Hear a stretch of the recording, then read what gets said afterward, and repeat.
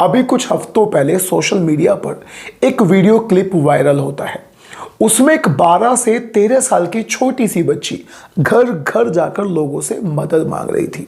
इसमें कोई बहुत बड़ी बात नहीं है। हिंदुस्तान में न जाने कितनी ऐसी बच्चियां हैं, कितने ऐसे बेघर बच्चे हैं जो घर घर जाकर लोगों से मदद मांगते हैं। लेकिन ये एक ऐसा केस है जिसमें इस बच्ची के बदन पर नीचे की तरफ एक भी कपड़ा नहीं था।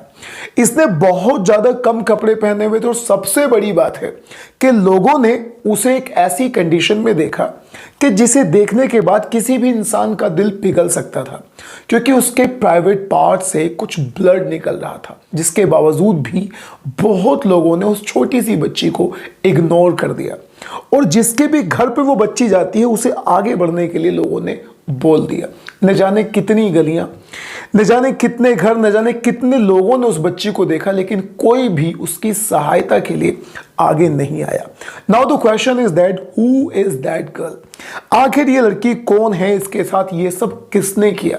इस केस की पूरी डिटेल बताने के लिए मैं नीरज शर्मा आपको लेकर चलता हूं मध्य प्रदेश के ही एक और डिस्ट्रिक्ट जिसका नाम है सतना। सतना में एक जगह है जिसका नाम है जैतवाड़ा और उसी जैतवाड़ा में रहने वाली ये 12 साल की बच्ची 8वीं क्लास की एक स्टूडेंट है जो अपने पापा, अपने दादा और अपने बड़े भाई के साथ एक छोटे से गांव में रहती है।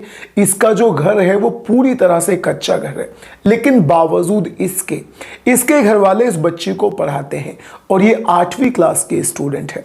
वैसे तो ये बच्ची पढ़ाई में बहुत अच्छी नहीं है, लेकिन बावजूद उसका पढ़ाई में बहुत ज्यादा मन लगता है। और इस बच्चे की मां नहीं है। इसके जन्म के कुछ ही दिन बाद इसकी जो मां थी वो छोड़कर चली गई, जो फिर कभी वापस नहीं आई।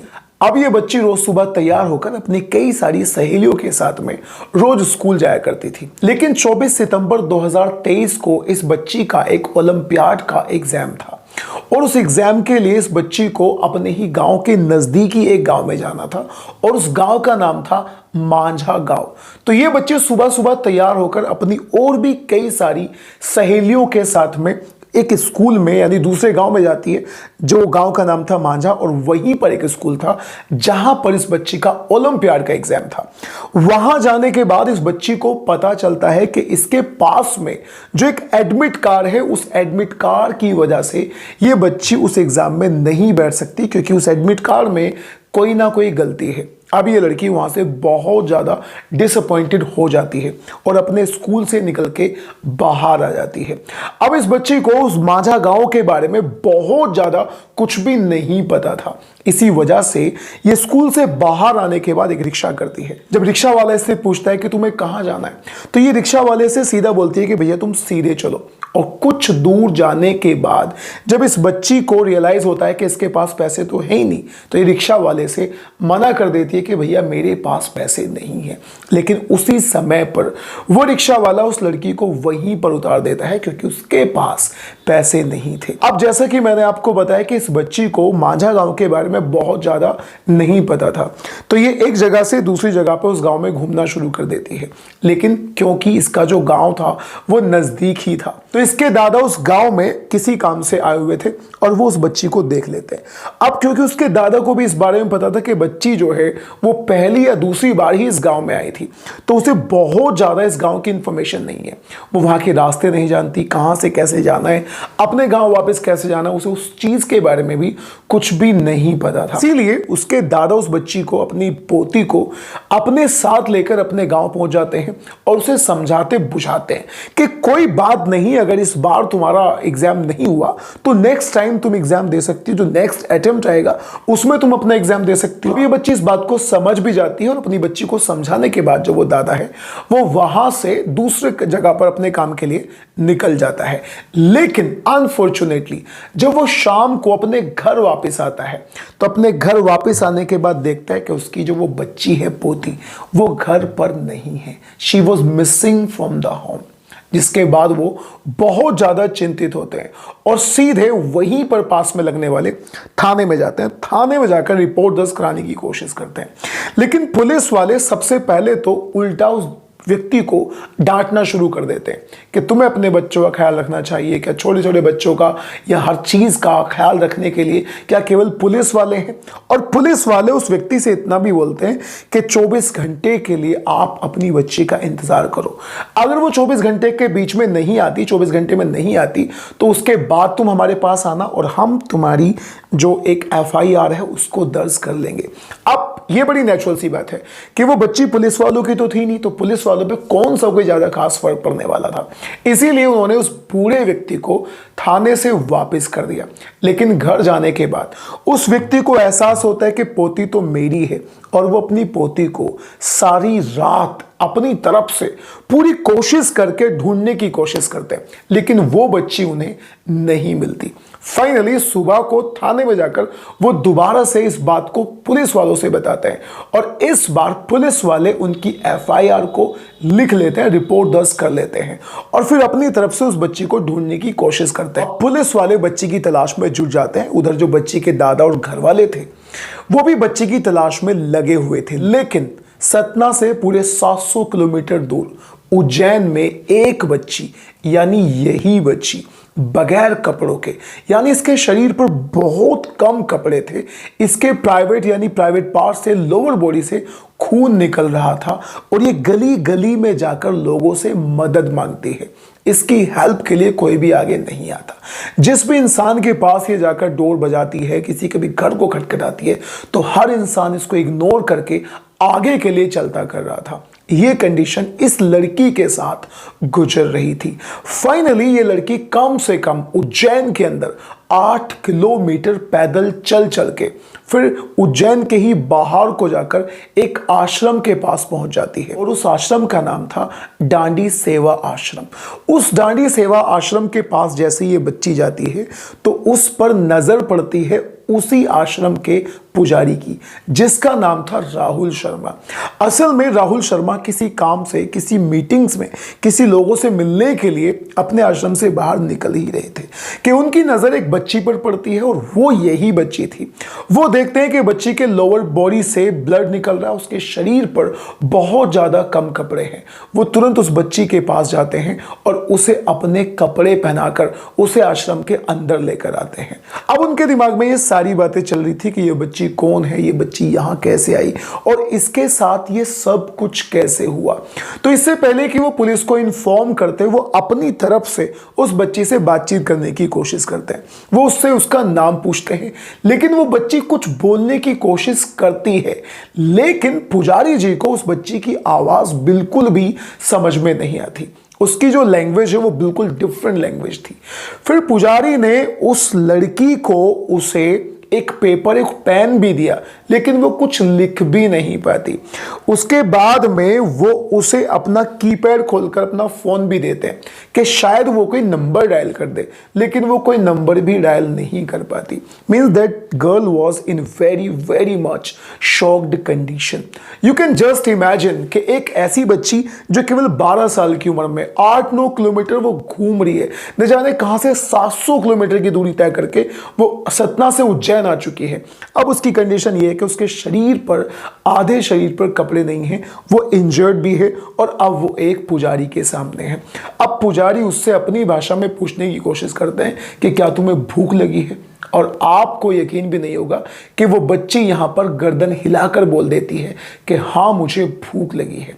पुजारी उस बच्ची को खाने के लिए कुछ देते हैं, लेकिन साथ ही साथ में वो अपने नजदीकी जो थाना होता है वहां की पुलिस को फोन कर देते हैं। अब पुलिस वाले सीधे वहां पर पहुंच जाते हैं।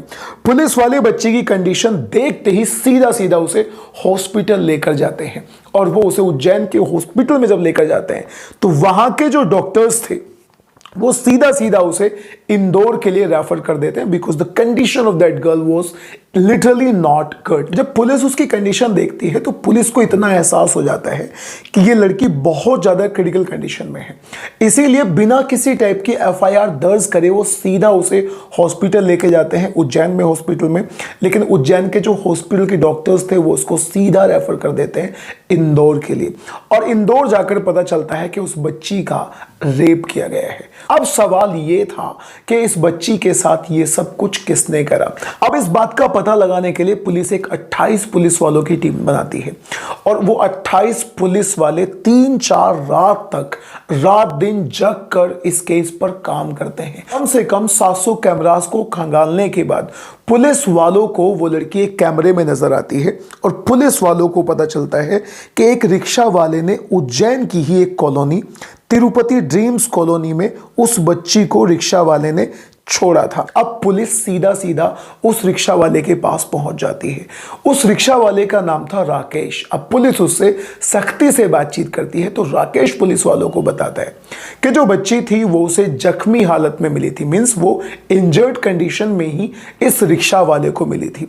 जब रिक्शा वाले ने उस बच्ची को अपनी रिक्शा में बिठाया तो वो घायल थी, उसके पार्ट से ब्लड भी निकल रहा था, और जब उसने उसकी कंडीशन देखी तो उसने उसको अपना जैकेट, खाकी जैकेट जो रिक्शा वालों के पास होता है, वो पहनने के लिए भी दिया। वो उस लड़की की कंडीशन को देख के समझ भी गया था। उसने ये सारी बातें पुलिस वालों को बताई कि उसकी कंडीशन को देख के मैं समझ चुका था कि इस लड़की के साथ में कुछ ना कुछ गलत हुआ है। मैंने उससे खाने के लिए भी बोला, मैंने उससे पैसे देने के लिए भी बोला, लेकिन अब मुझे इस बात का बहुत ज्यादा पछतावा हो रहा है कि मुझे उसी टाइम पर पुलिस को इन्फॉर्म कर देना चाहिए था।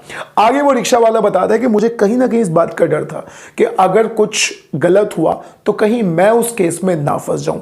एक बात वो रिक्शा वाला और भी बताता है, वो बताता है कि मुझे लगा कि ये कोई नॉर्मल लड़की होगी, लड़की कहीं यहीं के नजदीक की रहने वाली होगी, और वो रिक्शा से उतरकर बहुत जल्दी अपने घर पर पहुंच जाएगी। और राकेश ने यह भी बताया कि अब मुझे इस बात को लेकर बहुत ज्यादा पछतावा है कि मुझे उस टाइम पर पुलिस में इन्फॉर्म जरूर करना चाहिए था इस बच्ची के बारे में। अब पुलिस वालों को इस बात का तो पूरी तरह से यकीन हो चुका था कि कहीं ना कहीं इस केस में इस राकेश का तो कोई हाथ नहीं है। मीन्स जैसे जैसे राकेश ने बताया वो बिल्कुल कॉन्फिडेंट अंदाज में बात कर रहा था, तो पुलिस को उसकी बात पे यकीन हो गया कि इसने इस बच्ची के साथ में कुछ भी गलत नहीं करा। अब पुलिस वाले इस केस की छानबीन कर ही रहे थे कि उन्हें उज्जैन के ही रेलवे स्टेशन के सामने कैमरा लगा हुआ था, और उस कैमरे में वो बच्ची नजर आती है। असल में वो बच्ची 3 लोगों से बातचीत कर रही थी। अब वो 3 लोगों से बातचीत करने के बाद एक रिक्शा वाला उसके पास आता है, और वो उस रिक्शा में बैठ जाती है। अब पुलिस को कहीं ना कहीं यकीन हो चला था कि हो ना हो ये जो रिक्शा वाला है, इसी रिक्शा वाले ने इस बच्ची के साथ कुछ ना कुछ गलत किया होगा। पुलिस कैमरे में ही उस रिक्शा का नंबर निकालती है, जिसका नंबर था MP13 R5201, और रिक्शा का जो ओनर था उसका नाम था भरत सोनी। अगर बात करें भरत सोनी के बारे में तो उसकी उम्र है 38 साल। 38 साल का भरत सोनी उज्जैन के ही नानखेदा में रहता है। वो अपने पिता, भैया और भाभी के साथ रहा करता था। पहले तो वो अपने घर की ही दुकान पर काम किया करता था, लेकिन आजकल वो अपने भाई का एक ऑटो चला रहा था। अगर बात करें उसकी नेचर के बारे में तो भरत सोनी की जो नेचर है वो कई बार बाहर लोगों से लड़के घर पे आया करता था, लेकिन जो वो झगड़ा किया करता था, जो लड़ाई किया करता था, वो इतनी ज्यादा बड़ी लड़ाई नहीं थी। उस लड़ाई से उसके घर वालों पर या उस पर कोई भी फर्क नहीं पड़ा करता था। वो या तो अपने ऑटो वालों से लड़ा करता था, या फिर अपने पैसेंजर से लड़ा करता था, या फिर कभी कभी घर पर आकर भी छोटी मोटी लड़ाइयां अपने घर वालों के साथ कर लिया करता था, लेकिन उसका किसी भी अंदाज का कोई बड़ा झगड़ालू रिकॉर्ड नहीं था। और वो अपनी रिक्शा को केवल और केवल रात में ही चलाया करता था, क्योंकि उसके पास में किसी भी अंदाज का कोई लाइसेंस नहीं था। तो कहीं ना कहीं मान के चलिए कि पुलिस वालों से बचने के लिए वो रिक्शे को रात में चलाया करता था। अब 25 सितंबर को सुबह 5:15 पर वो उस बच्ची को अपने रिक्शे में बिठाता है, और रिक्शे में बिठाकर उस बच्ची को उज्जैन के पास ही एक गांव जिसका नाम है जीवन कैदी, वहां लेकर जाता है। एकांत में उसे लेकर जाता है और उसके साथ जोर जबरदस्ती करता है, यानी उसका रेप करता है। वो उस बच्ची को फिर वहीं उसी हालत में छोड़ने के बाद सीधा अपने घर जाता है, और घर जाकर बिल्कुल एक ऐसी कंडीशन में रहना शुरू कर देता है कि जैसे उसने कुछ किया ही ना हो। अगली सुबह उसके पिता, जिसका नाम है राजू सोनी सोशल मीडिया पर देखकर अपने बेटे से, भरत सोनी से, इस केस का जिक्र करते हैं कि एक लड़की ऐसे ऐसे उसके साथ ऐसे हो चुका है। तो वो अपने पापा को, अपने पिता को ऐसे नॉर्मल अंदाज में जवाब देता है कि जैसे जिससे उसे इस केस के बारे में पता ही ना हो और उसने पहली बार अपने पिता से ही इस केस के बारे में सुना हो। जस्ट इमेजिन कि एक ऐसा बंदा जो एक लड़की के साथ गलत काम करके आया है, अब उसका पिता उससे उस लड़की के बारे में कोई बात कर रहा है, he just talking like very much normally कि उसने तो कुछ किया ही नहीं है, उसे तो कुछ इस केस के बारे में पता ही नहीं है। यानी राजू सोनी ने कभी सोचा भी नहीं होगा कि उसका बेटा जो उससे इस अंदाज में बात कर रहा है वो कुछ ऐसी हरकत कर भी सकता है। लेकिन अब पुलिस वाले अपना काम कर रहे थे। पुलिस वाले इसके फोन को ट्रेस करते हैं और फोन को ट्रेस करने की वजह से एक दिन इसकी दुकान पर आकर इसको अरेस्ट कर लेते हैं। और अब पुलिस वाले जब इससे सख्ती से बातचीत करते हैं, अपने अंदाज में बातचीत करते हैं, तो फिर ये अपने सारे जुर्म को जो भी इसने किया ही जस्ट एक्सेप्ट इट।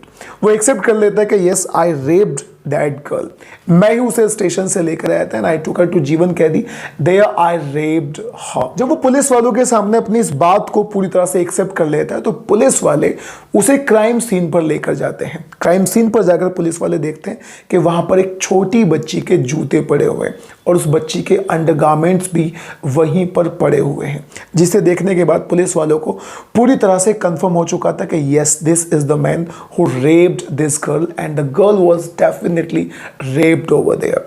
अब पुलिस वालों को पता चल चुका था कि he is the rapist, he raped that girl. अब कहीं ना कहीं भरत सोनी को भी इस बात का आइडिया हो चुका था कि अब ये लोग मेरे साथ बहुत ज्यादा सख्त होंगे, तो वो वहां से भागने की कोशिश करता है और उस एफर्ट में पुलिस वाले उसे घायल कर देते हैं। उसका इलाज भी हॉस्पिटल में चलता है। लेकिन जस्ट इमेजिन कि एक 12 साल की बच्ची, आप उसकी सहायता करने के बजाय डायरेक्टली उसका रेप कर देते हैं। लेकिन इस केस की वजह से जो ये बंदा है Bharat Soni, he will definitely get jailed, he will have to go to the jail. लेकिन इसके माता पिता का क्या, यानी इसकी एक छोटी सी गलती, छोटी नहीं, this is the biggest fault actually. To rape a girl is definitely a very very big thing. यानी एक ऐसा देश जहां पर छोटी बच्चों की पूजा की जाती है and that guy is raping that girl who is just below 15 years of age, वो भी उज्जैन जैसे शहर में जहां पर न जाने कितने लोग एक भक्ति वाली फीलिंग अपने मन में लेकर आते हैं। They just go Ujjain to Mahakal and that all. अब उसको तो जेल होएगी ही होएगी, दैट्स क्वाइट नेचुरल, लेकिन उसकी वजह से उसके घर वाले कितनी बड़ी प्रॉब्लम में आ चुके हैं वो बात मैं आपको बताता हूं। मध्य प्रदेश की गवर्नमेंट ने उसके जो पिता का घर था उसको बुलडोज करा दिया है, यानी उसको गिरा दिया है, बुलडोजर से उसको तोड़ दिया गया है। अब उसके घर वाले पूरी तरह से हेल्पलेस हो चुके हैं, उनके पास रहने के लिए कोई भी घर नहीं है। यहां तक कि अगर वो किसी किराए के घर के लिए जाते हैं तो उन्हें किराए के घर के लिए भी लोग बाग बिल्कुल मना कर रहे हैं, उन्हें किसी भी अंदाज में किराए पर भी नहीं रहने दे रहे।